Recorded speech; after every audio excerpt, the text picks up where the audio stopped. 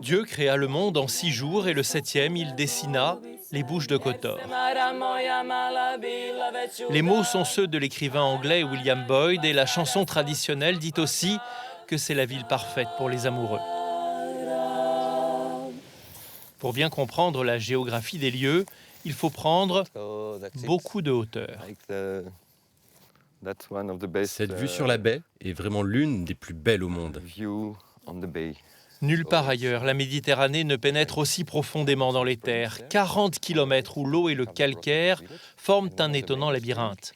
Pour ces jeunes Ukrainiens, seule la langue française peut rendre la majesté du site. C'est magnifique, c'est très beau. J'aime le Monténégro. Rado Jovanovic a longtemps vécu en France. Il vous expliquera qu'on ne peut pas parler de fjord ici, comme en Norvège, puisqu'il n'y a jamais eu de glacier, mais plutôt d'immenses canyons qui se seraient remplis d'eau. On a une petite marche de 2 à 3 heures, et en fait, pour avoir ce panoramique qui est superbe, on se rend vraiment compte qu'il y a la mer, les falaises, les hauts plateaux, et derrière, il y a les montagnes. Classées patrimoine mondial de l'UNESCO, les Bouches sont protégées du béton, contrairement au reste de la côte. Ici, les chapelles font un peu penser à l'Italie.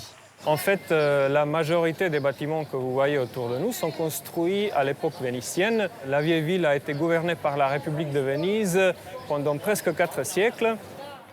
Un mélange de cultures qui surprend les visiteurs. Des jeunes Français notamment qui découvrent un pays facile d'accès. Il n'y avait pas trop de contraintes avec le Covid, donc voilà, on a choisi le Monténégro. Puis c'était plutôt proche aussi de la France, on partait pas trop longtemps, donc c'était plutôt pratique. Le Monténégro ne demande pas de test Covid pour les touristes européens et le pays offre même un PCR gratuit 48 heures avant votre retour. Le point d'orgue des visites, c'est l'embarquement vers l'île Notre-Dame du Rocher.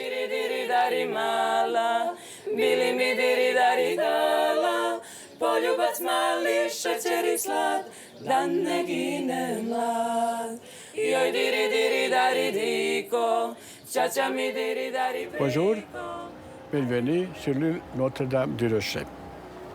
Alors, Le père Schreiko a l'habitude de dire que son église est tout à la fois comme le sanctuaire de Lourdes et comme le musée du Louvre. À l'intérieur, une incroyable collection de gravures en argent, près de 2000, offertes par des familles après des guérisons miraculeuses ou par des pêcheurs qui ont évité de périr noyés. Au-dessus de l'autel, une icône trouvée miraculeusement en 1452, posée sur un tout petit récif qui existe toujours, caché dans le couloir, derrière l'autel principal. C'est ici. Je peux toucher le haut de la pierre. Cette pierre où 2 frères ont trouvé notre très belle icône.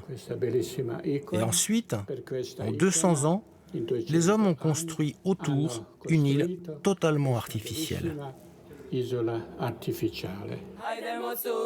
y a quelques années, Kotor fut victime de son succès. Plusieurs navires de croisière venaient ici chaque jour, déversant dans l'eau carburants et produits chimiques.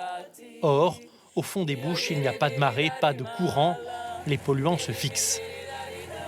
Vassili Kusovac fut l'un des responsables du port. Aujourd'hui, à la retraite, il observe les dégâts sur l'environnement. Les poissons sauvages sont moins nombreux qu'il y a 30 ans, perturbés par la trop grande pression humaine. Une pression trop massive. Chaque bateau de croisière débarque quotidiennement entre 3 et 5 000 personnes qui envahissent notre petite cité avec ses petites structures. Résultat, c'est l'effondrement du système. Depuis 18 mois, les bateaux sont plus petits et moins nombreux. La crise sanitaire a fait perdre de l'argent, mais elle a offert à la nature un répit bienvenu. Désormais, Kotor cherche une voie de développement compatible avec la protection de ce site unique au monde.